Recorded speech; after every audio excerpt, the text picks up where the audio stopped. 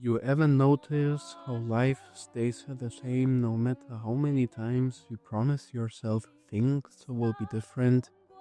You keep waiting for the moment when motivation hits, when the timing feels right, when something outside of you finally shifts, and somehow it never does.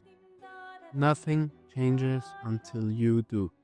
That sounds simple, almost annoying, but once you really sit with it, you start seeing proof everywhere. Look at your own life.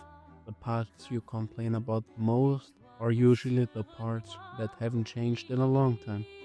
Same habits, same reactions, same excuses, different days, same results. That's not because you're broken, it's because comfort is sneaky. Comfort doesn't always feel good.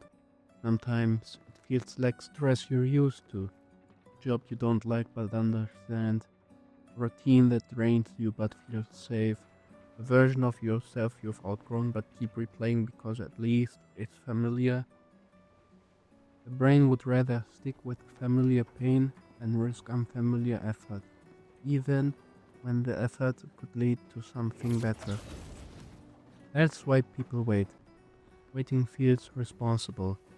Waiting feels smart. Waiting feels like you're being patient instead of scared. But waiting is still a choice.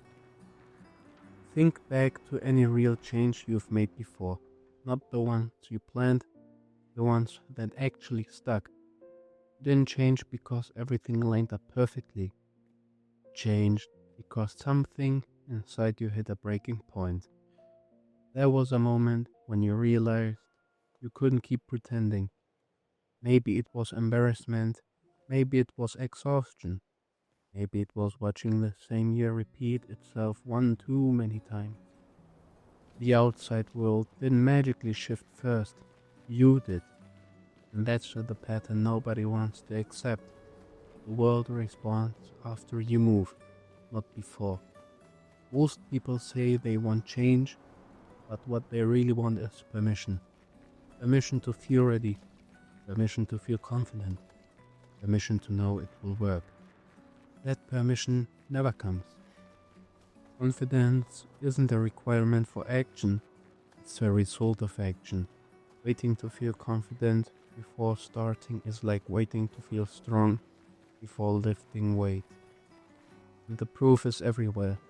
People who changed didn't start with belief, they started with a decision, sometimes a messy one, sometimes a quiet one, sometimes a desperate one.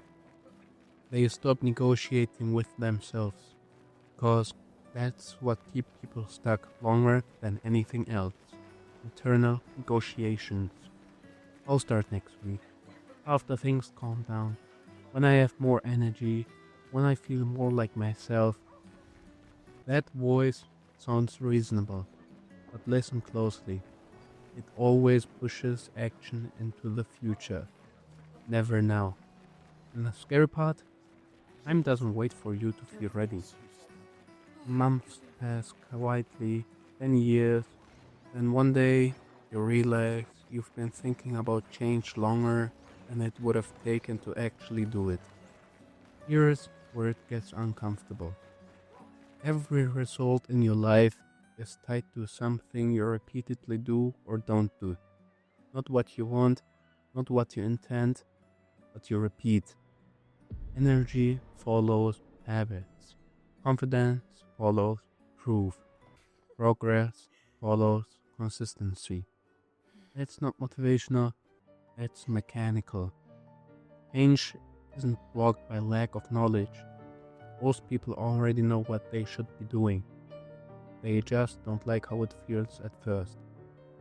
Beginning always feels awkward, unrewarding, slow, like you're putting in effort with nothing to show for it. That phase scares people because it feels like failing even when it's not. But here's the truth. Change happens underground first. Before anything looks different on the outside, something shifts internally, whether it is discipline, identity, or self trust. That's why quitting early is so common. People expect instant feedback from something that works on delay. And fear shows up right there. Not fear of failing, fear of discovering what happens if you actually commit. Because commitment removes excuses. Commitment forces honesty. As long as you're planning, you can keep your self-image safe. You can tell yourself you're capable without proving it. Trying risks finding out the truth. So people stay busy without moving, consuming content, taking notes, waiting for clarity that only comes after action. The shift happens when you stop asking, what should I do? And start asking, what can I do right now, even if it's small. Small actions are underrated. They don't feel heroic, but they change direction. And direction matters more than speed. 5 minutes of effort beats zero every time. One honest boundary beats another silent yes. One uncomfortable step beats another comfortable excuse. Momentum doesn't come from thinking bigger. It comes from starting smaller. And once momentum starts, something wild happens. You begin to see yourself differently, not as someone who's stuck, but as someone who moves.